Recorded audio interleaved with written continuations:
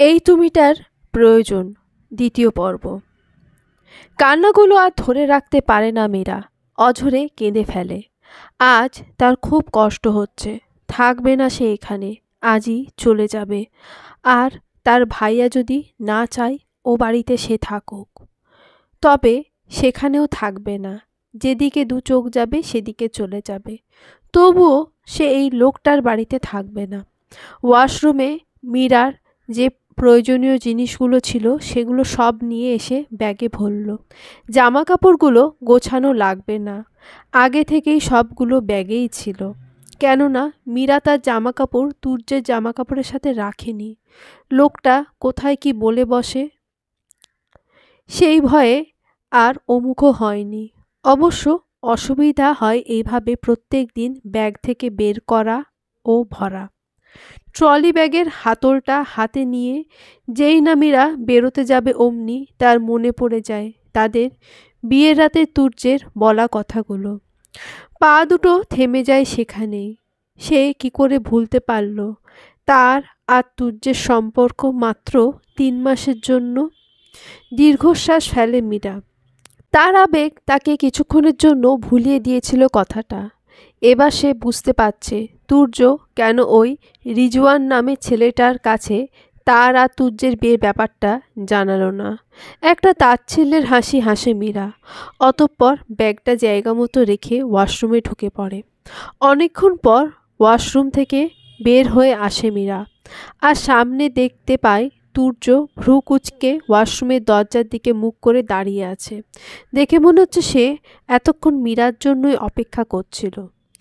তুর্যকে পাশ কাটিয়ে চলে যেতে নিলে মীরার উদ্দেশ্যে তুর্য বলে, এই মেয়ে, তোমার সমস্যাটা কি বলবে? ওখান থেকে ওভাবে চলে এলে কেন? কি ভাববে রিজু? ম্যানার্সলেস কোথাকার। তুর্যের কথাগুলো ছিল আগুনে ঘি ঢালার মতো, যা মীরার সারা শরীরে মুহূর্তেই দপদপ করে জ্বলে ওঠে। রাগে ফুঁসে ওঠে সে। ধপাধপ পা ফেলে টেবিলের ওপর থেকে নোটপ্যাডটা নিয়ে রাগে গজগজ করতে করতে লিখতে শুরু করে। অতঃপর লেখা হয়ে গেলে সেটা তুর্যের সামনে ধরে।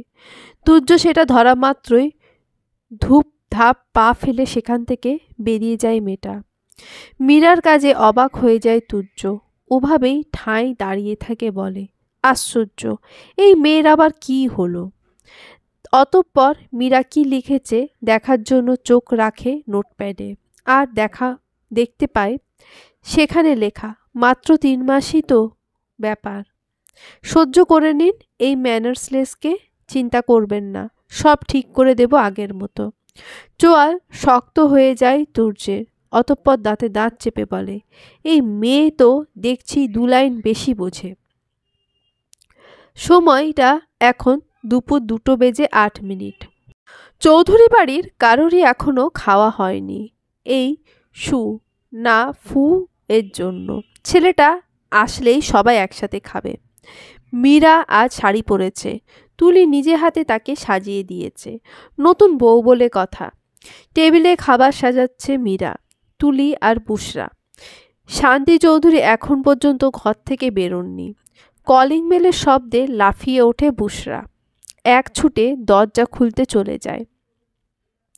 ঘরে বসে ল্যাপটপে একটা মেল দেখছিল তুর্য। কলিং বেলের শব্দে তার বুঝতে অসুবিধা হয় না যে ছেঁচড়াটা চলে এসেছে। হ্যাঁ, তুর্যর কাছে তানহার সুপাপা ছেঁচড়াই বটে, যে ছেলে তার প্রত্যেকটা জিনিসে নজর দেয়, এমনকি তার অনুপস্থিতিতে সেগুলো নিয়েও নেয়। সেই ছেলেকে ছেঁচড়া বলাই যায়। দরজা খুলে একটা সুদর্শন ছেলেকে দেখতে পায় বুশরা। তার চোখে রয়েছে কালো রঙের সানগ্লাস, হাতে ব্র্যান্ডেড কালো রঙের ওয়াচ, ব্লু জিন্সের সাথে অফ হোয়াইট শার্ট, কাঁধে একটা মাঝারি সাইজের ব্যাগ। ছেলেটা তার সিল্কি চুলগুলো হাত দিয়ে সেট করছে বারবার। ভাইয়া বলেই ছেলেটার ওপর ঝাঁপিয়ে পড়ল বুশরা। ছেলেটা 2 পা পিছিয়ে গেল তার ওপরে এভাবে পড়াতে। অতঃপর সে হেসে ফেলল শব্দ করে। এই পাগলি, ভেতরে যেতে দিবি না? দুদিকে মাথা নাড়ে বুশরা। যেতে দেবে না সে। এভাবেই তার ভাইয়ের গলায় ঝুলে থাকবে। আবারও হেসে ফেলে ছেলেটা। ওভাবেই ভেতরে ঢোকে বোনকে নিয়ে। তাদের পেছন পেছন ঢোকে তুহিন আর জাহিদ চৌধুরী। এর সবই ভেতর থেকে দেখছিল তুলি, মীরা আর সিঁড়ি দিয়ে নামতে থাকা তুর্য। মীরা ব্যতীত সবাই জানতো বুসরার রিয়াকশন এমনই হবে। অনেকদিন পর ভাইকে পেয়েছে কিনা এমন তো হবেই। তবে মীরা ছোট মাথায় কিছুই ঢুকছে না। বুসরা ছেলেটাকে বলছে ভাইয়া, আর দেখে বোঝা যাচ্ছে মেয়েটা তার ভাইকে খুব মিস করেছে। কিন্তু ছোট মাথায় অত ভাবতে হবে না তোমায়, ওটা বুসরা নিজের ভাই শুভ। পাশ থেকে বলে তুলি। তুলির কথায় আরও অবাক হয় মীরা। সে তো জানতো তুর্যরা দুই ভাই আর এক বোন, তাহলে এটা আবার। তার ভাবনার মাঝেই তুর্যের গলার আওয়াজ শুনতে পাওয়া যায়। বুসরা, ছাড় এবার ওকে, ফ্রেশ হতে দে।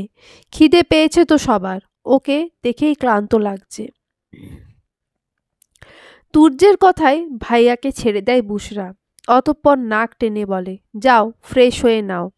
তোমার সাথে খাবো বলে আমরা কেউ খাইনি এখনো। এতক্ষণ নিঃশব্দে কান্না করছিল বুসরা। বুসরা চোখের পানি মুছে দিয়ে কপালে এক পাশে একটা চুমু এঁকে দেয় শুভ। অতঃপর এদিক সেদিক তাকিয়ে বলে, মাম্মি আর ছোট মাটাকে দেখছি না কেন? তুলি আর মীরা রান্নাঘরের দিকে থাকায় এখনো শুভর চোখ পড়েনি তারা। তুলি সামনের দিকে এগিয়ে আসতে আসতে বলে, তোমার দুই মাই এখন ঘুমিয়ে। একজন সেই ভোরে উঠে সারাক্ষণ টলছিল, তাই তাকে খাইয়ে বুঝিয়ে সুজিয়ে ঘুম পাড়িয়ে দিয়েছি। আর মা তো ওনার মাথা নিয়ে উঠতে পারছেন না। এবার আমি চলে এসেছি, সব ঠিক হয়ে যাবে। বাই দ্য ওয়ে, কেমন আছো ভাবিমণি? আলহামদুলিল্লাহ ভালো। তুমি? এখানে আসার আগে খারাপ ছিলাম, তবে এখন খুব ভালো লাগছে। আচ্ছা যাই, ফ্রেশ হয়ে আসি। তুর্যের আবার খিদে পেয়েছে খুব, বলেই হেসে দেয় শুভ। অতঃপর সিঁড়ি দিয়ে গিয়ে গিয়ে আচমকা তুর্যকে জড়িয়ে ধরে বলে, কেমন আছিস ভাই? ভালো, গভীর স্বরে বলে তুর্য। এই লোকটা আসলেই খারাপ। সে না হয় তার কিছু হয় না, কিন্তু তুলিবুবু তো বলল যে ছেলেটা তাদের ভাই। মনে মনে কথাগুলো ভেবে মুখ বাঁকায় মীরা। মাহিরের রুমের বারান্দায় চুপটি করে বসে আছে মিলি। কোনো রকম নড়চড় দেখা যাচ্ছে না তার মধ্যে। নড়লেই যে মুশকিল। মাহির যে তাকে হুমকি দিয়েছে, এক চুলো যদি সে নড়ে তবে তার কপাল খারাপ আছে বলে শাওয়ার নিতে গেছে সে। আর মিলিও তার কথা অক্ষরে অক্ষরে পালন করছে। তাই তো পুতুলের ন্যায় এখানে চুপ করে বসে আছে। মিলি এদিকে আয়। ওয়াশরুম থেকে বেরিয়ে মাহির তাকে ডাক দেয়। মিলির মধ্যে কোনো রকম পরিবর্তন দেখা যায় না। সে আগের ন্যায় চুপটি করে বসে আছে। এতে রেগে যায় মাহির, কিন্তু রাগের মাথায় কিছু করতে চায় না সে চায় না আর কোনো দূরত্ব। তাই রাগটাকে সামলে নিয়ে আবারও ডাকে, জান তুমি আসবে নাকি আমি কোলে করে নিয়ে আসব? মাহিরের জান সম্বোধনে রেগে যায় মিলি। অতঃপর বসা থেকে উঠে পড়ে। লোকটাকে আজ সে কিছু কড়া কথা শোনাবে। কি পেয়েছেটা কি সে? যখন যা ইচ্ছে হবে তাই করবে। সামনে জন কি চায় সেটা একবারের জন্যও ভাবে না। যতটা না রাগ নিয়ে এসেছিল তার দ্বিগুণ লজ্জায় পড়ে যায় মিহির। মাহিরের কোমরে একটা টাওয়েল পেঁচানো ও আর এক হাতে একটা টাওয়েল ধরা। চুল মোছা হয়নি তার। মাথা থেকে ফোঁটা ফোঁটা জলকণা ঘাড় চিবুক বেয়ে শরীরে মিশছে। তা দেখে একটা শুকনো ঢোক গেলে মিলি। তার হাওয়া টাইট। নিজের জায়গা থেকে এক চুলও নড়তে পারছে না সে। শুধু নয়ন জোড়া এদিক সেদিক করছে। কি হলো, দাঁড়িয়ে পড়লি কেন? যান বলেই মাহির বিছানার এক পাশে পা ঝুলিয়ে বসল। অতঃপর আবারও ইশারায় তাকে ডাকল। এক পা করে মাহিরের সামনে দাঁড়ালো মিলি, বেশ দূরত্ব বজায় রেখে। তবে সেই দূরত্ব ছিল অল্পক্ষণের জন্য। এক নিমিষে মাহির তার লম্বা হাত বাড়িয়ে মেয়েটার কোমরের এক পাশে টান দিয়ে দূরত্বটা ঘুচিয়ে দিল। অতঃপর আর এক হাতে থাকা টাওয়েলটা মিলির কাঁধে রেখে দুহাত দিয়ে তাকে জড়িয়ে ধরল। নে, মাথাটা মুছে দে ঝটপট। মাহিরের এরূপ কাণ্ডে মিলি সারা শরীর মির্গি রোগীর নয় ক্যাপুনি উঠতে নিল। নিজেকে সামলে শক্ত হয়ে দাঁড়ায়। অতঃপর কান থেকে টাওয়েলটা নিয়ে মিহিরের চুল মুছে দেয়। মেয়েটাকে দেখে বোঝার উপায় নেই আদেও সে বিরক্ত কিনা। একদম চুপচাপ, অনুভূতিহীন, কাঠের পুতুলের মতো মাহিরের কাছে মনে হচ্ছে। মিলি আস্তে করে ডেকে ওঠে, মাহির। কোনো রকম উত্তর না দিয়ে মিহিরের দিকে তাকায় মিলি, সেটাও খুব অল্প সময়ের জন্য। অতঃপর চোখ সরিয়ে নেয়। মিলি, বোঝার চেষ্টা কর, সব কিছু ঠিক করতে চাই আমি। শুধুমাত্র তোর কথা ভেবে সেদিন। ব্যাস, অনেক ভেবে ফেলেছ তোমরা আমার জন্য। এবার আল্লাহর বাস্তে আমাকে একা ছেড়ে দাও। আমার নিজের সিদ্ধান্ত নিজেকে নিতে দাও। দয়া করে নিজেদের সিদ্ধান্তগুলো আমার ওপর আর চাপিয়ে দিও না। মিলির সারা শরীরে যেন নাম না জানা মহাশক্তি এসে ভর করেছে। তাই তো মাহিরের বলিষ্ঠ হাত দুটো এক ঝটকায় দূরে সরিয়ে চলে গেল। গন্তব্য হয়তো নিজের রুম। মিলির বলা প্রত্যেকটা কথা এখনো পর্যন্ত মাহিরের বুকে বাম পাশে ছুরির ন্যায় খোঁচাচ্ছে। আখিজোড়া তার জ্বালা করছে। সে কি কাঁদছে? না না, ছেলে মানুষদের কাঁদতে নেই, দুর্বল হতে নেই, নতুবা সামনের জনকে কিভাবে সামলাবে? পাহাড় সমান অভিমানী বা ভাঙবে কিভাবে? চোখ বুজে বড় বড় দুটো শ্বাস নেয় মাহির। অতঃপর বিড়বিড় করে বলে, খুব কষ্ট দিয়ে ফেলেছি তোকে। আর না জান, এবার তোর সুখের পালা। দেখিস সুখের চাদরে মুড়িয়ে রাখবো তোকে। চৌধুরী পরিবারে মীরা, তুলি ব্যতীত সকলে একসাথে খেতে বসেছে টেবিলে। বাড়ির বউ দুটোকেও বাদ দিতে চাননি তারা। তবে তুলি আবদার করে বসে সে আর মীরা তাদেরকে বেড়ে খাওয়াবে, তাই আর না করেননি। এখনো পর্যন্ত তুর্য মীরাকে খেয়াল করেনি। সে কোনো দিকে না তাকিয়ে এক নাগাড়ে খেয়ে চলেছে। হঠাৎ তার নাকে ভেসে আসে রাতের পাওয়া সেই মেলি মিষ্টি গন্ধটা। আবেশে চোখের পাতা দুটো বন্ধ হয়ে যায় তুর্যের। তার বুঝতে বাকি থাকে না এই গন্ধের উৎস কোথায়। মুচকি হেসে চোখ খুলে পাশে তাকাতেই দেখতে পায় লাল টুকটুকে শাড়ি পরিহিতা মীরাকে। টান টান চোখে হালকা করে কাজল পরা, কপালের মাঝখানে ছোট্ট একটা টিপ। প্রতিদিনের মতোই কানে ছোট ছোট একজোড়া কানের, গলায় পাতলা চেন। ব্যাস, এতেই মেয়েটাকে অপরূপা লাগছে। তবুও তুর্যের কাছে মনে হচ্ছে কোথাও একটা কমতি আছে মেয়েটার মুখে। এই তো পেয়েছি। মেয়েটার মুখে হাসি এখন গায়েব, কিন্তু কেন? সে হাসির অনুসন্ধান করতে গিয়ে দেখে মেয়েটা কেমন ফ্যাকাশে মুখ নিয়ে তার দিকে একবার, তো নিজের হাতের দিকে একবার তাকাচ্ছে। মীরার দৃষ্টি অনুসরণ করলে তার চোখ মুখ শক্ত হয়ে যায়। সে দেখে মীরার ডান হাতটা শুভ তার বাঁ হাতের মুঠোয় নিয়ে অবাক দৃষ্টিতে তাকিয়ে আছে তার দিকে। চোখে মুখে তার হাজারো মুগ্ধতা। আর বাড়ির সবাই অবাক হয়ে দেখছে শুভর কাণ্ড। আচমকা বসা থেকে উঠে পড়ে শুভ। অতঃপর মীরার সামনে সোজা হয়ে দাঁড়ায়। তখনও মীরার হাত শুভর হাতের মুঠোয় বন্দি। I can't believe the red rose. You are my white rose. White rose, can I hug you once? উত্তেজিত হয়ে বলা শুভর কথায় কেঁদে ফেলে মীরা। এদিকে তুর্যর মাথা ফেটে যাচ্ছে রাগে। এই মেয়ে এত সাজার সাহস পায় কোত্থেকে? একে তো পরে দেখে নেবে তুর্য, এখন সে শুভকে দেখবে। বসা থেকে উঠে পড়ে তুর্য। এক ঝটকায় শুভর হাতের মুঠো থেকে মীরার হাতটা ছাড়ায়, এক পাশ থেকে তাকে জড়িয়ে ধরে। অতঃপর শুভকে উদ্দেশ্য করে হিসিয়ে বলে, দূরে থাকবে এর থেকে, বউ ও আমার। এক মুহূর্ত দাঁড়ালো না তুর্য। ওভাবেই মীরাকে এক পাশ থেকে জড়িয়ে হাঁটা ধরল নিজের রুমের উদ্দেশ্যে। মীরা তুর্যের দিকে তাকিয়ে দেখে রাগে চোটে লোকটার ফর্সা মুখটা লাল হয়ে গেছে, চোয়াল তার শক্ত। তুর্য শুভকে বলা কথাটা তার একদমই খারাপ লাগেনি, বরং খুব ভালোই লেগেছে। এদিকে শুভর মুখখানা দেখার মতো হয়েছে। এখনো পর্যন্ত সবাই তার দিকেই তাকিয়ে আছে, বেশ অস্বস্তি লাগছে তার। এবার জাহিদ চৌধুরী ওনার মুখ খোলেন। এসব কি ধরনের আচরণ বেটা? তোমার থেকে অন্তত এসব আশা করিনি। মামার কথায় শুভ নিজের মুখটা আরো করুণ করে ফেলে, অতঃপর বলে, অ্যাম সরি মামা, কিন্তু তুর্য এসব কি বলে গেল? ওর বিয়ে মানে? হোয়াইট রোজকে দেখে তো মনে হচ্ছে 18ই হয়নি। সব হয়েছে, ওর 18 হয়েছে, আর ওদের বিয়েও হয়েছে। ওই সব ছাড়, আর খাওয়ায় মন দে, শান্ত স্বরে বলে তুহিন। মনটা খারাপ হয়ে যায় শুভর। এসব শুনে আর কিছুতেই খেতে পারে না সে। সবার দিকে তাকিয়ে হালকা হাসার চেষ্টা করে উঠে পড়ে চেয়ার ছেড়ে, অতঃপর বলে, আমার খাওয়া শেষ, ওপরে যাচ্ছি, ক্লান্ত লাগছে খুব।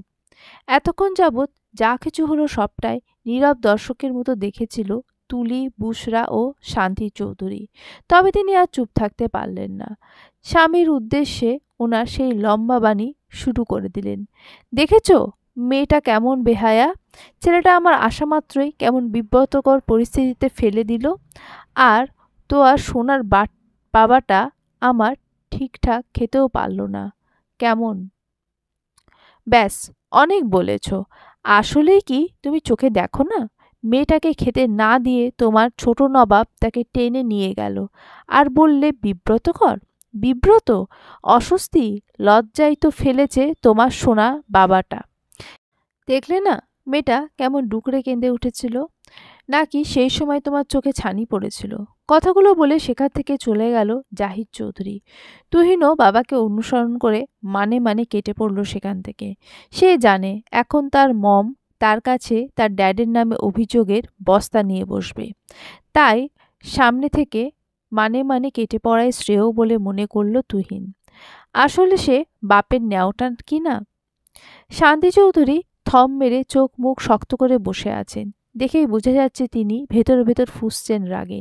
এই বয়সে এসেও তাকে ছেলে মেয়েদের সামনে অপমানিত হতে হলো। ভাবতে আরও দ্বিগুণ রেগে গেলেন তিনি মীরার ওপর। ঢুকে এক ঝটকায় মীরাকে নিজের থেকে দূরে সরিয়ে দিল তুর্য। আচমকা এমন হওয়াতে নিজের ভারসাম্য ধরে রাখতে পারল না মীরা, যার ফলস্বরূপ ফ্লোরে গিয়ে পড়ল সে। এতে বেশ অবাক হয়ে যায় মীরা।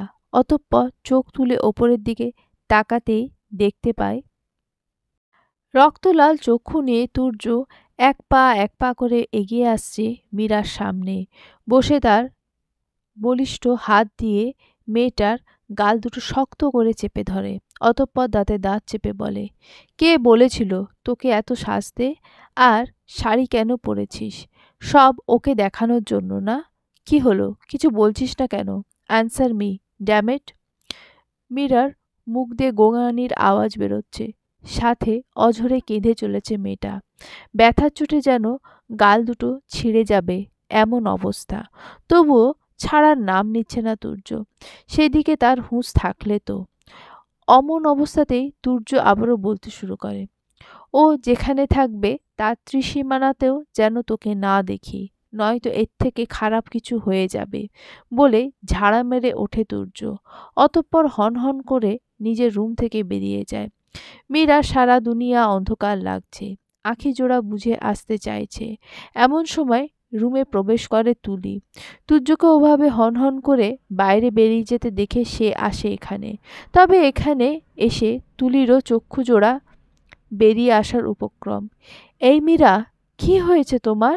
বাবা, তুহিন, কোথায় তোমরা? এই এই মীরা, তাকাও আমার দিকে। তুলি চিৎকার করে ডাকছে সবাইকে, তবে কেউ আসছে না। আর আসবেই বা কিভাবে? তুলির আওয়াজ ওদের কান পর্যন্ত গেলে তো আসবে। এত কিছুর মধ্যে সে ভুলেই বসেছে তুর্যের রুমটা সাউন্ড প্রুফ। হঠাৎ মনে হতে নিজের রুমের দিকে ছুটল। তুহিন মেয়ের পাশে খাটে হেডবোর্ডে বালিশ দিয়ে তাতে পিঠ ঠেকিয়ে বসলো আরাম করে। মেয়ে তার গভীর ঘুমে, তার ছোট্ট তোতা পাখি। তাদের ভালোবাসার একমাত্র ফসল। নিচু হয়ে মেয়েটার ছোট্ট কপালে তার পুরু অধৈর্যরা আদর করে দিল। আমার পুচকি মাম্মামটা একদিন বড় হয়ে যাবে বলে মুচকি হাসে তুহিন। এমতো অবস্থায় হন্তদন্ত হয়ে ঘরে ঢোকে তুলি। ব্যাপার কি বাচ্চাদের মতো ছুটছো কেন? দেখছো না আমার মাম্মামটা এখনো ঘুমে বিভোর? তুহিন, মীরা, কি হয়েছে? তুহিন, তুর্য, শুনছি বলো। আর তোমাকে এমন কেন দেখাচ্ছে? তুমি আগে বসো, একটু রিল্যাক্স হও, তারপরে বলো। বসলো না তুলি।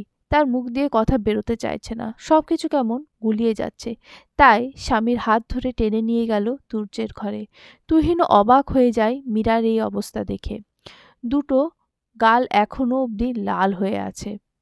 তুহিনের আর বুঝতে বাকি থাকে না এই অবস্থা কে করেছে। কি হয়েছে তুহিন? তোমাকে আর বড় বৌমাকে দেখলাম। আর বলতে পারলেন না জাহিদ চৌধুরী। তার আগে সামনে তাকিয়ে থ হয়ে দাঁড়িয়ে পড়েছেন।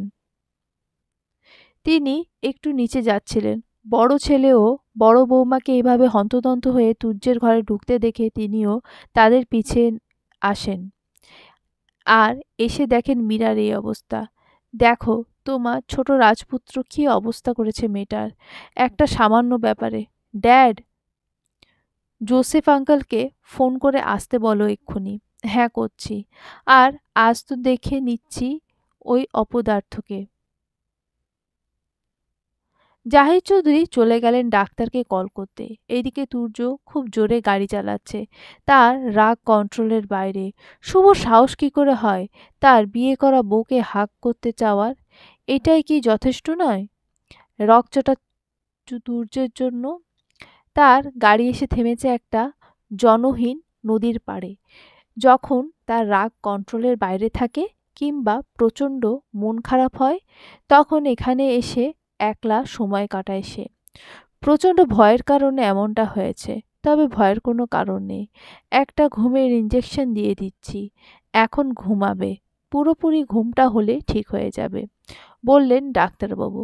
অতঃপর জাহিদ চৌধুরীকে উদ্দেশ্য করে বললেন, তা মিস্টার চৌধুরী, কাউকে কিছু না জানিয়ে ছোট ছেলের বিয়ে দিলেন? এটা কিন্তু একদম ঠিক করেননি। আপনি ভুল ভাবছেন ডাক্তার সাহেব। ছেলে পছন্দ করেই করেছে, হুট করে করেছে। তাই ব্যাপারটা আপনারা কেউই জানেন না, তবে জেনে যাবে সবাই।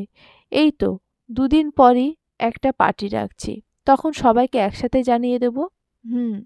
ছেলের পছন্দ আছে বলতে হবে। আজ তবে উঠি মিস্টার চৌধুরী, পার্টিতে দেখা হচ্ছে তাহলে। নিশ্চয়। ডাক্তারবাবু চলে গেলেন মীরাকে দেখে। সকলে একসাথে একটা দীর্ঘশ্বাস ফেলল। যাক, অন্তত মেয়েটা ঠিক আছে। মীরার অবস্থা দেখে কি ভয়টাই না পেয়েছিল তারা। মগরিবের আজানের একটু আগে ঘুম ভাঙল মীরার। চোখ দুটো খোলা রেখে আলমোড়া ভেঙে পাশে ফিরল। তার চোখের সামনে জ্বলজ্বল করে ওঠে একটা সোফা, যেটা বর্তমানে তার বেডই বলা যায়। সঙ্গে সঙ্গে ভ্রুজোড়া এক করে ফেলল মীরা। সে ভাবছে তার সোফা নামক বেডটা খালি পড়ে আছে, তবে সে কোথায় আছে? অন্তরে এহেন প্রশ্ন জাগে তার। তড়াক করে এক লাফে উঠে পড়ে সে। এতক্ষণে মীরা বুঝে গেছে সে বেশরম লোকটার বেডে আছে।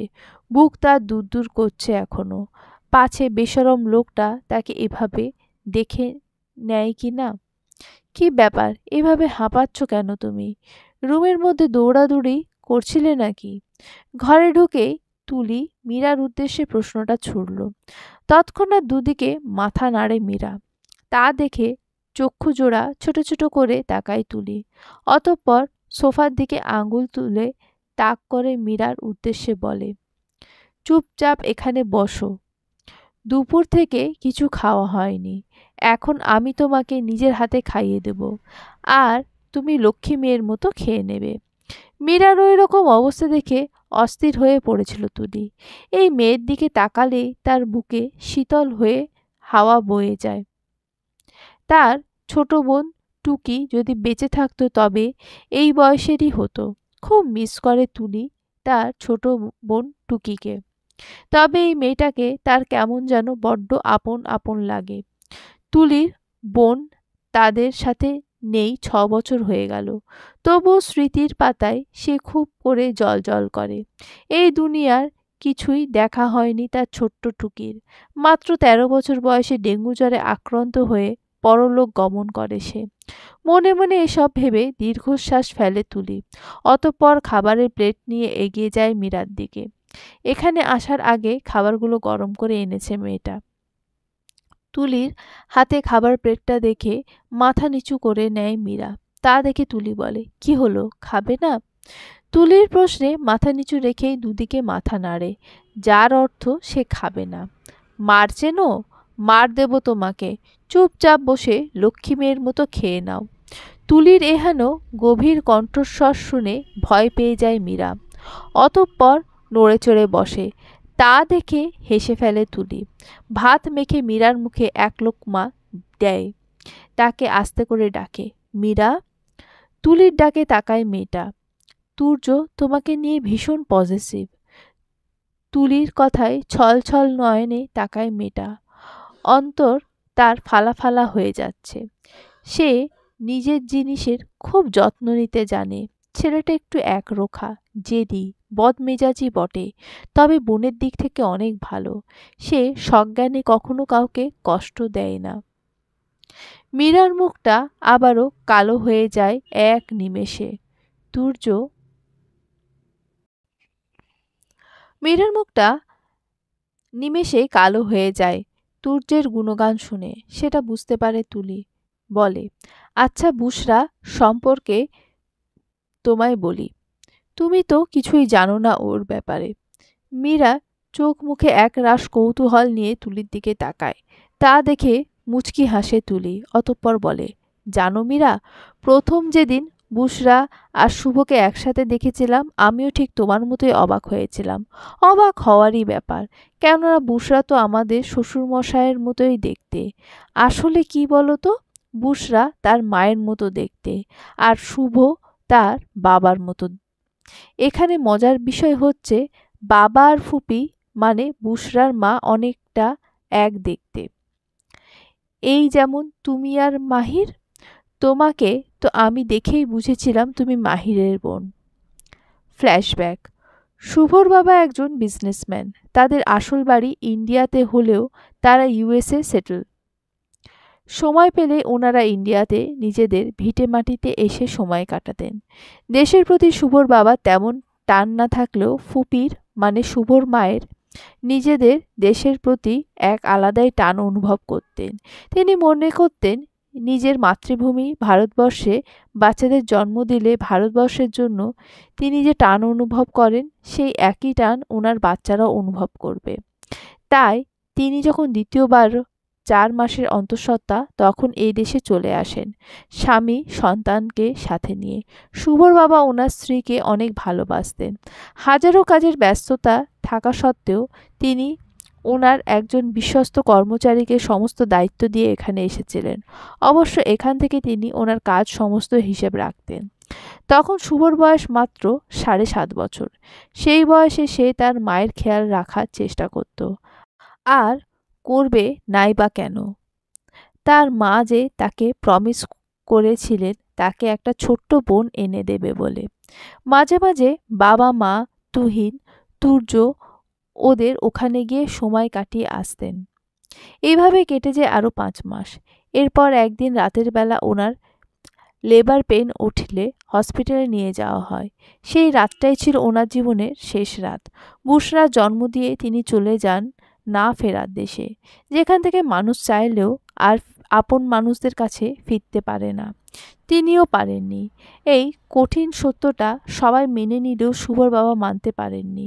তিনি মানসিক দিক থেকে ভেঙে পড়েছিলেন। তখন ওনার ধারণা হয় ছোট বুশরার জন্যই তিনি ওনার প্রিয়তমা স্ত্রীকে হারিয়েছেন। তাই ওনার সামনে সদ্য জন্মানো ফুটফুটে কন্যা সন্তানকে নিয়ে আসলে তিনি হিংস্র হয়ে ওঠেন আর বুশরাকে আঘাত করতে উঠে পড়ে লাগেন। সবাই মিলে বুঝিয়েও সেদিন ওনাকে কিছুতেই শান্ত করতে পারেনি। তখন ওনার মুখে শুধু একটা বাক্যই সবাই শুনতে পান, চাই না অমন বাচ্চা আমার, যার জন্য আমার স্ত্রীকে হারাতে হয়েছে। ওই বাচ্চার মুখ আমি দেখতে চাই না। সরাও ওকে, নিয়ে যাও আমার চোখের সামনে থেকে, নিয়ে যাও ওকে তোমরা আমার থেকে অনেক দূর।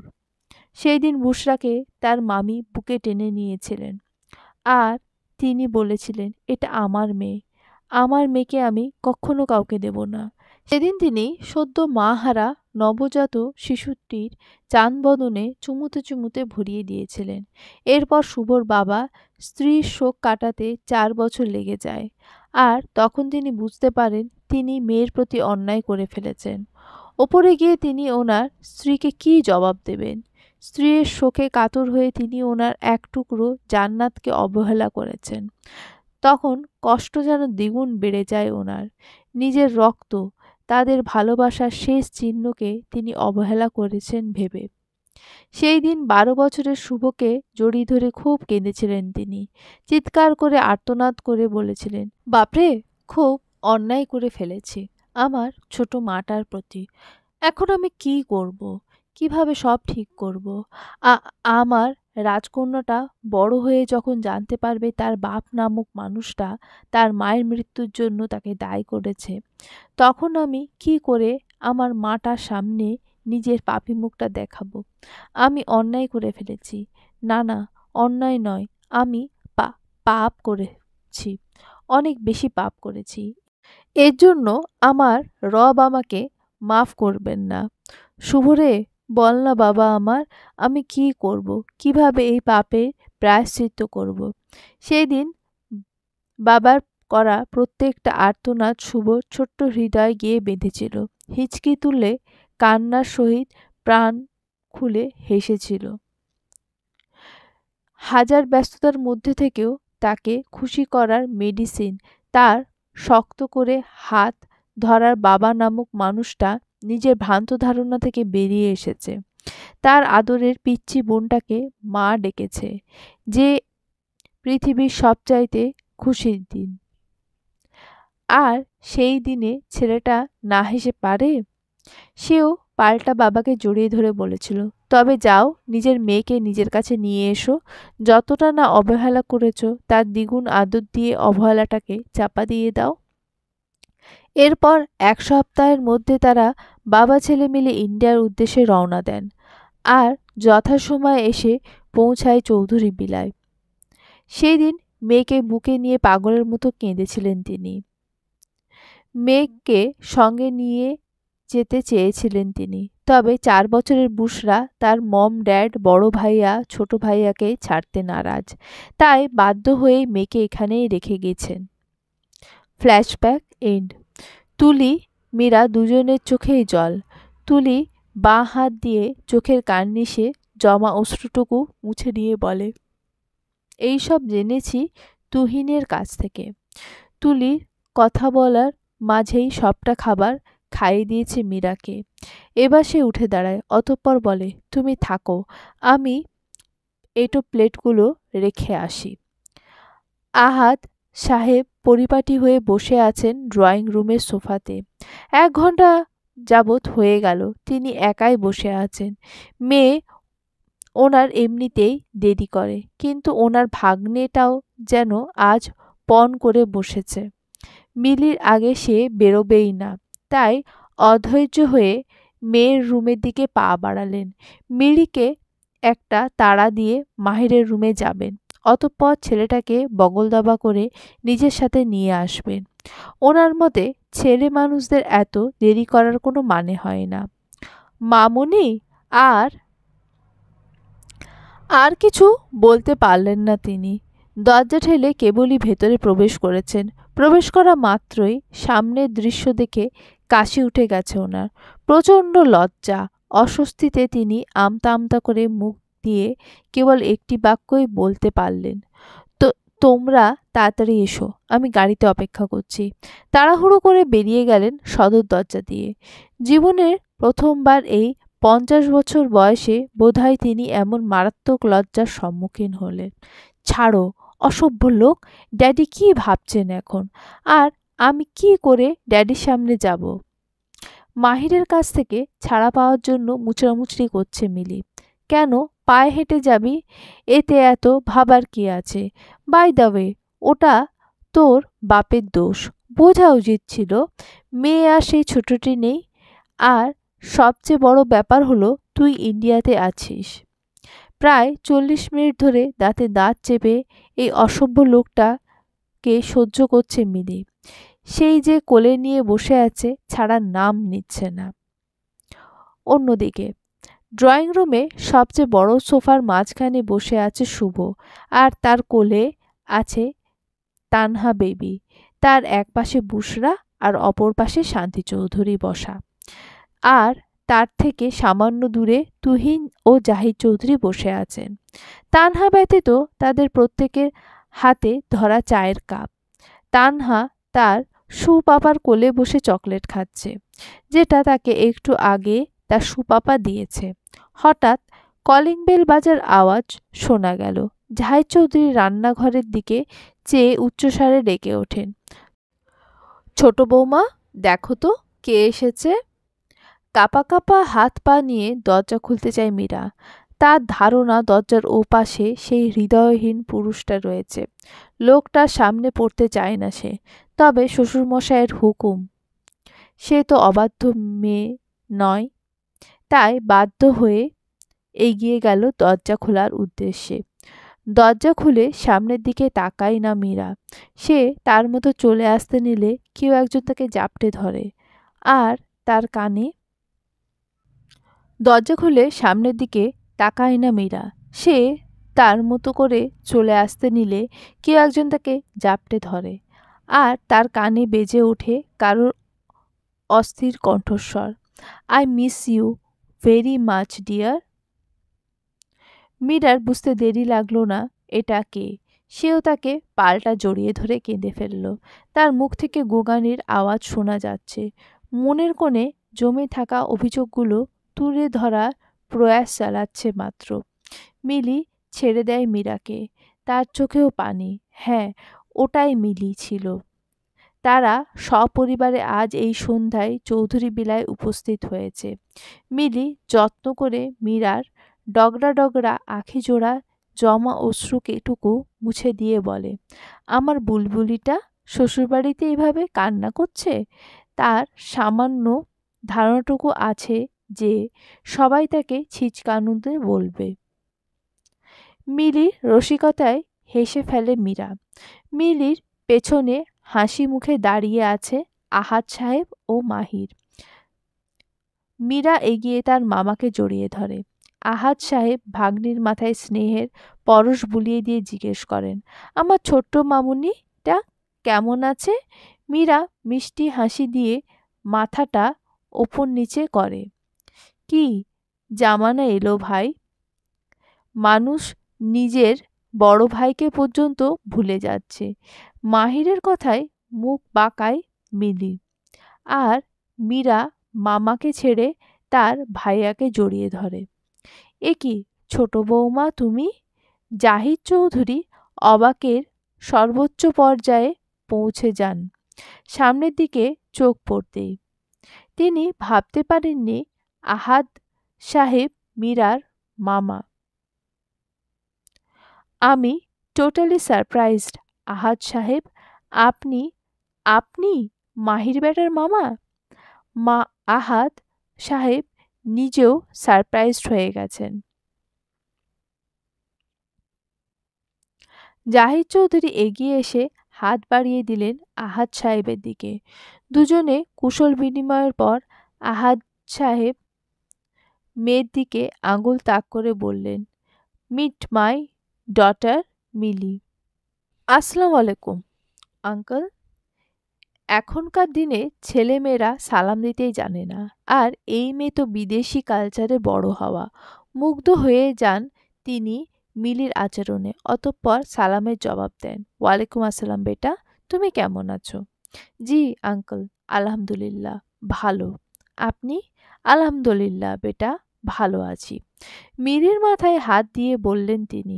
অতঃপর মাহিরের দিকে চেয়ে বললেন, মাহির বেটা, অতিথিদের নিয়ে এখানেই দাঁড়িয়ে থাকবে, ভেতরে আসবে না? জাহিদ চৌধুরীর এহানো কথায় মৃদু হাসে মাহির। অতঃপর এগিয়ে আসে জড়িয়ে ধরে বলে, কেমন আছেন আঙ্কেল? এত বড় একটা সারপ্রাইজ দিলে ভালো না থেকে পারি? চলো চলো ভেতরে চলো, তাড়া দিয়ে বললেন তিনি। তুহিন, বেটা, দেখো কে এসেছে। জাহিদ চৌধুরী উচ্ছ্বসিত কণ্ঠস্বর। তুহিন তার ড্যাডের কথা অনুসরণ করে দৃষ্টি রাখে সেদিকে। তবে সেদিকে তাকে মিস্টার খানকে দেখতে পায় সে। সে কি চোখে ভুল দেখছে? কই না তো, তার সামনে তো মিস্টার খানই দাঁড়িয়ে। সত্যি সত্যি উনি ইউএসএ থেকে এখানে এসেছেন, কিন্তু কেন ভাবে তুহিন। কৌতূহল নিয়ে এগিয়ে যায় সে। অতঃপর ওনার দিকে হাত বাড়িয়ে দিয়ে বলে, হ্যালো মিস্টার খান, কেমন আছেন আপনি? মিস্টার খান, কাকে বলছো? আঙ্কেল বলো। আহাদ সাহেব ছোট বৌমার মামা হন। পাশ থেকে বলেন জাহিদ চৌধুরী। তা বেয়াই সাহেব, আপনিও তো আর আহাদ সাহেব বলতে পারবেন না, রসিকতা করে বললেন আহাদ সাহেব। তাতে হেসে ওঠে উপস্থিত সবাই।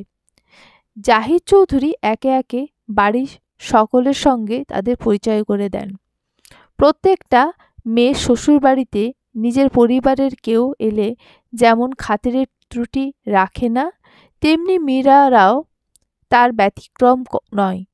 সেও হন্তদন্ত হয়ে ছুটল রান্নাঘরের দিকে, আর তার পেছনে গেল মিলি।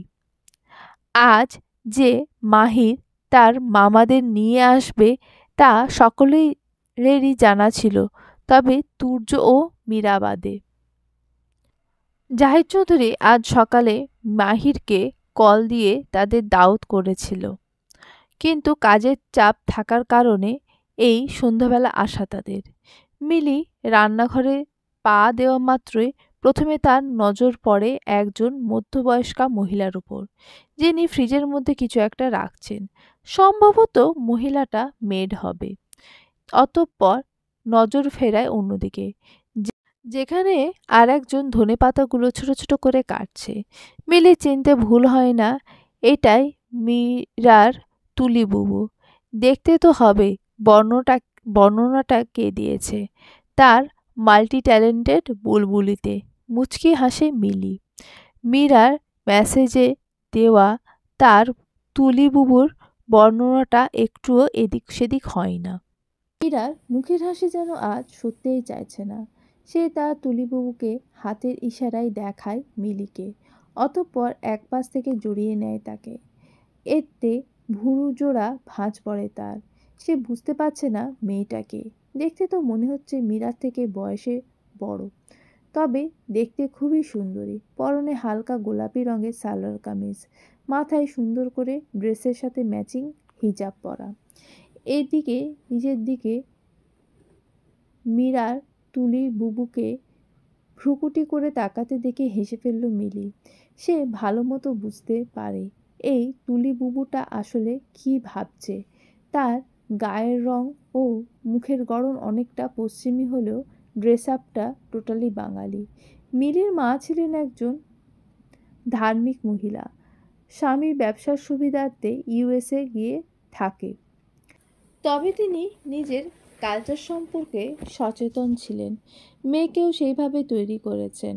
অবশ্য উনি আর এই দুনিয়াতে নেই। মেয়ের 18 বছর বয়সে তিনি এই দুনিয়ার মায়া ত্যাগ করেছেন। যাওয়ার আগে অবশ্য মেয়েটাকে একটা শক্ত বন্ধনে আবদ্ধ করে গেছেন। মামির কথা মনে আসতেই চোখে জল তরঙ্গ এসে ভিড় করতে থাকে মিলির। তবে সেদিকে পাত্তা না দিয়ে সামনের দিকে হাত বাড়িয়ে বলে, আমি মিলি, মীরার মামাতো বোন। মিলির এভাবে পরিচয় দেওয়া দেখে চোখ রাঙায় মীরা। মিলির বাড়ানো হাতে হাত রাখে তুলি। অতঃপর নিজের পরিচয় দেওয়ার জন্য মুখ খোলার আগেই মিলি সটন বলে, মীরার তুলি বুবু, আর এই বাড়ির বড় বউ। হেসে ফেলল তুলি মিলির বলার ধরন দেখে। বড় বৌমা, এইদিকে আসো তো একটু। ড্রয়িং রুম থেকে ডাকেন শান্তি চৌধুরী। যাও গিয়ে পরিচিত হয়ে আসো ড্যাডির সাথে, আমরা এই দিকটা দেখছি। এখন ঘড়িতে 10টা বেজে 35 মিনিট। ডিনারের পর্ব চুকে গেছে অনেক আগেই। খাতির যত্নে কোনো রকম ত্রুটি রাখেননি জাহিদ চৌধুরী। এখন বাড়ি ফিরে যেতে হবে মাহিরদের। তবে তার কলিজাটা তাকে ছাড়তে নারাজ। সেই যে ডিনারের পর ভাইয়ার গলা জড়িয়ে ধরেছে, ছাড়ার নাম নিচ্ছে না মেয়েটা। কেঁদে কেটে একাকার করেছে। মাহির ভাবছে হয়তো দুদিন যাবৎ তাকে দেখতে না পেয়ে মীরা তাকে ছাড়তে চাইছে না। আদেও কি তাই? এত কিছুর পরও শুভর চোখ শুধু মীরাকেই দেখে চলেছে। ডোন্ট ক্রাই হোয়াইট রোজ, কেমন কাতর তার কণ্ঠস্বর। এতে ভ্রুজোড়া কুঁচকে যায় মাহিরের। এতক্ষণ পর সে কিছুটা হলেও আঁচ করতে পারে তুর্যর ফোন বন্ধের ব্যাপারে। তৎক্ষণাৎ সে মীরাকে নিজের থেকে সরিয়ে সারা মুখ পরখ করতে থাকে। গালে এগুলো কিসের দাগ? মাহির চোখ মুখ শক্ত করে বলে। হঠাৎ ভাইয়ার এইভাবে কড়া গলার আওয়াজ শুনে ভয় পেয়ে যায় সে। নিজেকে সামলে মাথাটা দু পাশে নাড়ায়, অতঃপর ঠোঁটটাকে সামান্য উল্টে হাতের ইশারায় বোঝায় এগুলো কিছু নয়। বোনের কথায় পাত্তা দিল না মাহির। আঙ্কেল, মীরাকে আমি আমার সাথে নিয়ে যেতে চাইছি। মাহিরের চোয়াল নিঃশ্রুপ রজনীতে ঝিঝি পোকা ডাকটা কারোর কাছে মিউজিকের ন্যায় শ্রুতিমধুর লাগে, আবার কারোর কাছে এই ডাক গায়ে কাটা দেওয়ার জন্য যথেষ্ট। সেই রকম তুর্যের কাছে নিশ্চুপ রজনী যেমন ভালো লাগে, তেমনি ঝিঝি পোকার ডাকটাও নিজেকে রিল্যাক্স করার জন্য যথেষ্ট। প্রায় রাতে তুর্য অনেক পড়াশোনা করার পর নিজের প্রতি যখন বিরক্ত চলে আসতো, তখন সে চুপটি করে একলা কিছু সময় কাটিয়ে আসতো তাদের ছাদের রেলিংয়ের ধারে চেয়ার পেতে বসে শান্ত প্রকৃতির সাথে। এতক্ষণ পর তুর্য তার বন্ধ চোখের পাতা দুটো খুলে পকেট থেকে ফোন বের করে সময়টা দেখে নিল। রাত 12:07 বাজে। এখনও তার ফোনটা এরোপ্লেন মোডে রাখা। তুর্য ভাবছে মেয়েটাকে খেতে না দিয়ে টেনে নিয়ে চলে গেল, অতঃপর চোখ দুটো খিচে বন্ধ করে নিল। সে কি সত্যি সত্যি অমানুষ হয়ে গেল? মেয়েটাকে কি করে এতটা হার্ট করতে পারল? এখন নিজের প্রতি রাগ লাগছে তার। আর কিছু ভাবতে পারছে না সে। উঠে দাঁড়িয়ে আস্তে ধীরে একটু দূরে রাখা গাড়িটার দিকে এগিয়ে যেতে যেতে বিড়বিড় করে বলে, আই এম সরি ডিয়ার। রুমের দরজাটা বাইরে থেকে বন্ধ দেখে ভ্রুজোড়া আপনা আপনি কুঁচকে যায় তুর্যের। বাইরে থেকে দরজা বন্ধ মানে মীরা ভেতরে নেই? এত রাতে গেল কোথায় মেয়েটা? বিড়বিড় করে নিজের মনে প্রশ্ন করে তুর্য।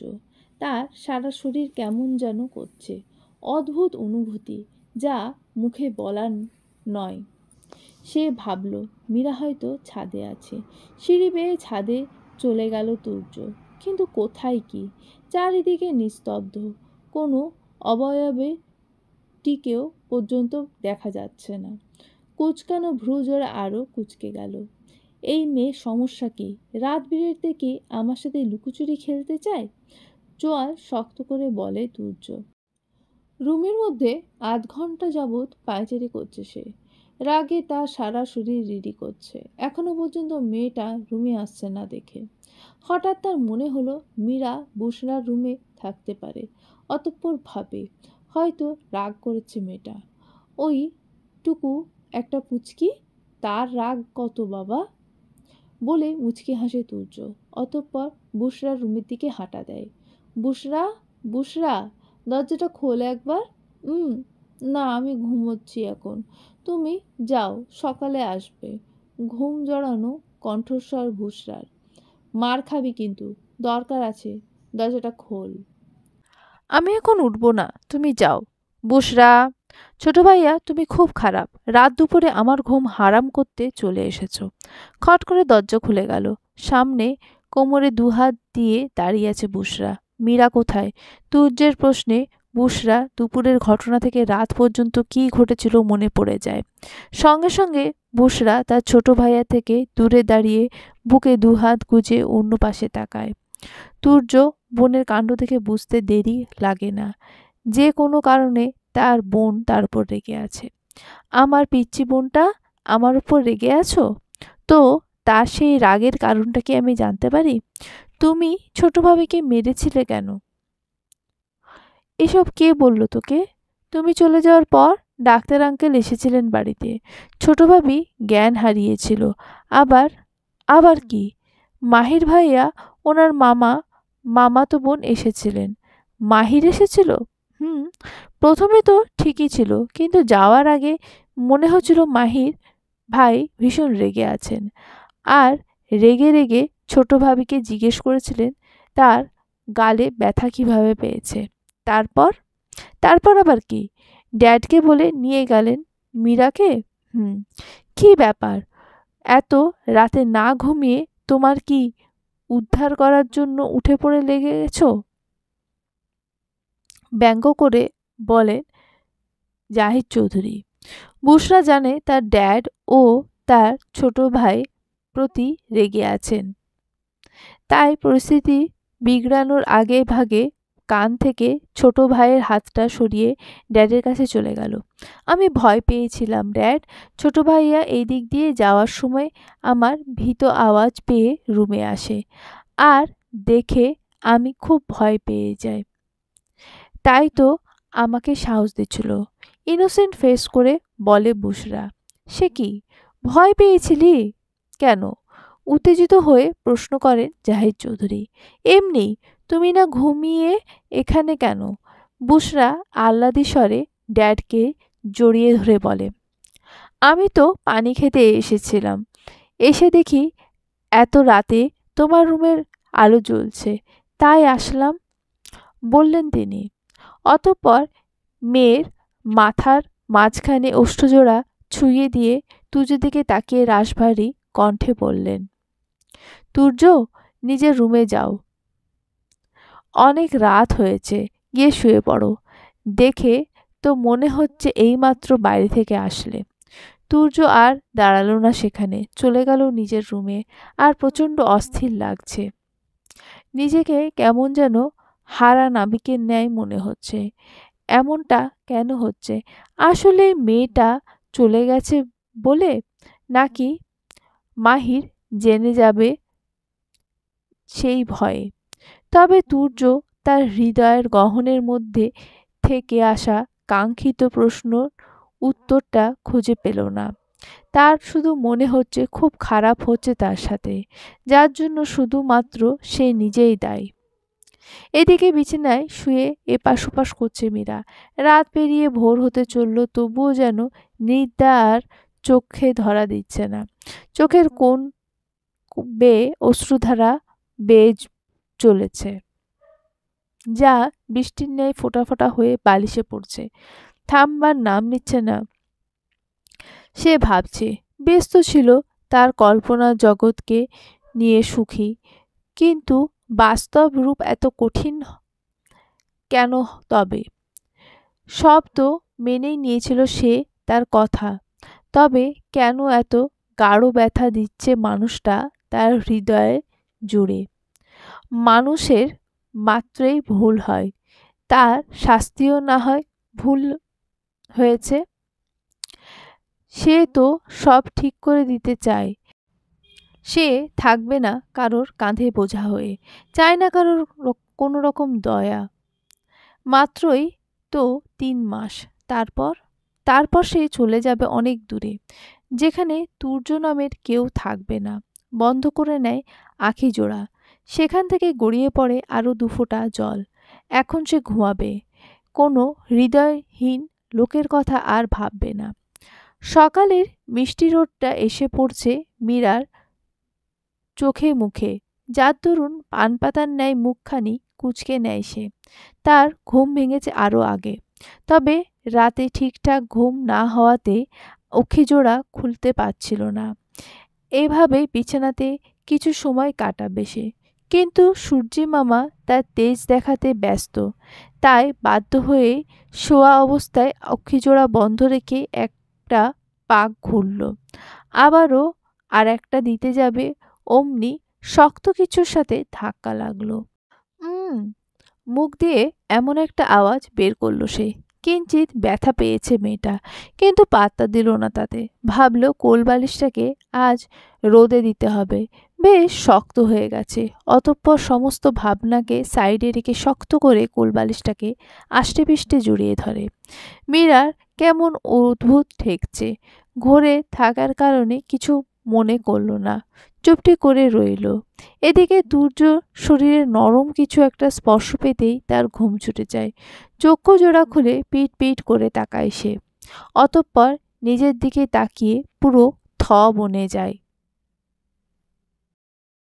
তার মুখ দিয়ে কোনো কথা বের হচ্ছে না। এদিকে মীরার নাকে অদ্ভুত মাতাল করা সুগন্ধি এসে ধাক্কা দিচ্ছে, যা সে এই পাশে ফেরার পর থেকে পাচ্ছে। একে তো সারা রাত ঠিকভাবে ঘুম না হওয়ার কারণে চোখ খুলতে পারছে না বেচারা, তার ওপর এই পাগল করা গন্ধ, উফ, আর সহ্য করা যাচ্ছে না। তাই বাধ্য হয়ে মেয়েটা তার নাক মুখ ডুবিয়ে দিল সেই সুগন্ধি মাতাল ভাণ্ডারে। অতঃপর মুখটা এপাশ ওপাশ করতে লাগলো, যার ফলস্বরূপ তার নাক ঠোঁট ছুঁয়ে ছুঁয়ে গেল সেখানে। দূর্বা ঘাসের ন্যায় ছোট্ট ছোট্ট কোনো কিছুর দ্বারা তার নাক মুখে সুড়সুড়ি লাগছে। হঠাৎই এক ধাক্কায় বিছানার এক কোণে গিয়ে পড়ল মীরা। একটা মাত্র ধাক্কা, যা তার ঘুম ছুটাতে যথেষ্ট। ডান হাতটা খাটের হেডবোর্ডে বাড়ি লাগায় কিঞ্চিত ব্যথা পেল সে। এত জোরে ধাক্কাটা কে দিল দেখার জন্য চক্ষুজোড়া খুলে দেখল তুর্য চৌধুরী। প্রতিদিনের মতো আজও গায়ে কোনো কাপড় নেই, লোমশ বুক দৃশ্যমান হয়ে আছে। শুধুমাত্র একটা ট্রাউজার পরে বিছানায় বসে বড় বড় শ্বাস নিচ্ছে, যা দেখে হয়ে যায় মীরা। সঙ্গে ভীষণ রাগও লাগে তার। এই লোকের সমস্যা কি সে বুঝতে পারছে না। ও বাড়িতে থাকাকালীন কম জ্বালায়নি, এখন মেয়েটা তার নিজের বাড়িতে এসেছে, এখানেও শান্তি নেই। মহাশয় ঠিকই সেই অর্ধনগ্ন শরীর নিয়ে তার কল্পনায় চলে এসেছে। এসব ভেবে মুখ বাঁকায় মীরা। অতঃপর সামনের দিকে এগিয়ে একদম তুর্যের মুখোমুখি হয়ে কানের নিচে ও ঘাড়ের মাঝ বরাবর জায়গায় কামড় বসায়। অতঃপর কোনো দিকে না তাকিয়ে ওয়াশরুমের দিকে দেয় এক দৌড়। তুর্য তাতে দাঁত চেপে এখনো পর্যন্ত চোখ বুজে আছে। মীরা যে জায়গায় কামড় দিয়েছে সেখানে চিনচিন ব্যথা করছে। প্রথমে অবাক হয়ে মীরার কাণ্ড দেখলেও শেষে চক্ষুজোড়া খুলে রাখতে পারেনি তুর্য। নাক মুখ খিচে বন্ধ করে নিয়েছিল। একে তো তাকে আষ্টেপৃষ্ঠে জড়িয়ে তারই বুকে মুখ গুজে তাকে অপ্রস্তুত করছে, আবার এখন কামড়। তুর্যের মেজাজ খারাপ করার জন্য যথেষ্ট। ওয়াশরুমের ভেতরে ঢুকে রাগে গজগজ করছে মীরা। পারছে না সামনে যা কিছু আছে সব ভস্ম করে দিতে। কোনো রকমের দাঁতগুলো ব্রাশ করে শাওয়ার ছেড়ে তার নিচে দাঁড়িয়ে পড়ে। এখন তার মাথা ঠান্ডা করার প্রয়োজন। কি ভাবছে এই লোক? কল্পনাতে এসেও তাকে ব্যথা দেবে আর সে ভিতুরানির মতো সব কিছু সহ্য করবে? কক্ষনো না। এসব ভাবে আবারও মুখ বাঁকায় মীরা। প্রায় আধ ঘন্টা শাওয়ারের পানিতে ভিজে মাথা ঠান্ডা করেছে মীরা, কিন্তু এবার ঘটল বিপত্তি। সে তো তার জামাকাপড় কিছুই নিয়ে আসেনি, আর এভাবে রুমে গেলে রুম ভিজে যাবে। তাই সে তার ভেজা কাপড় ছেড়ে একটা শুকনো টাওয়েল পেঁচিয়ে নিল শরীরে। অতঃপর ওয়াশরুমের দরজা খুলে রুমের ভেতরে কাবার্ডের সামনে দাঁড়িয়ে সেখান থেকে তার পছন্দের ধূসর রঙের একটা লং কুর্তি নিল, যেটা সে এখন পরবে। অতঃপর পেছন ঘুরে যেই না সামনে তাকালো, অমনি সে আবারও তুর্যকে দেখতে পেল। কানে ফোন নিয়ে হাঁ করে তার দিকে ড্যাব ড্যাব করে তাকিয়ে আছে। মীরা বুঝতে পারল তুর্য ঘন ঘন ঢোক গিলছে। তখনকার মতো লোকটা উদম গায়ে আর নেই। এখন শরীরে একটা টি শার্ট জড়ানো, কিন্তু টি শার্টটা একটু বেশি চেনা চেনা লাগছে তার। হ্যাঁ, এই তো মনে পড়েছে, এটা তো তার ভাইয়া মাহিরের। কিন্তু এই লোকের পরনে কেন? আর এই লোকই বা এখানে কেন? আসলেই কি লোকটা তার কল্পনায় এসেছে নাকি সত্যি সত্যি? ডান হাতে ধরা কাপড়গুলো বাঁ হাতে রেখে ডান হাত দিয়ে দুটো চোখ কচলে নিল।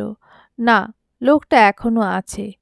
এবার সে তার বাঁ হাত জোড়ে চিমটি দিল।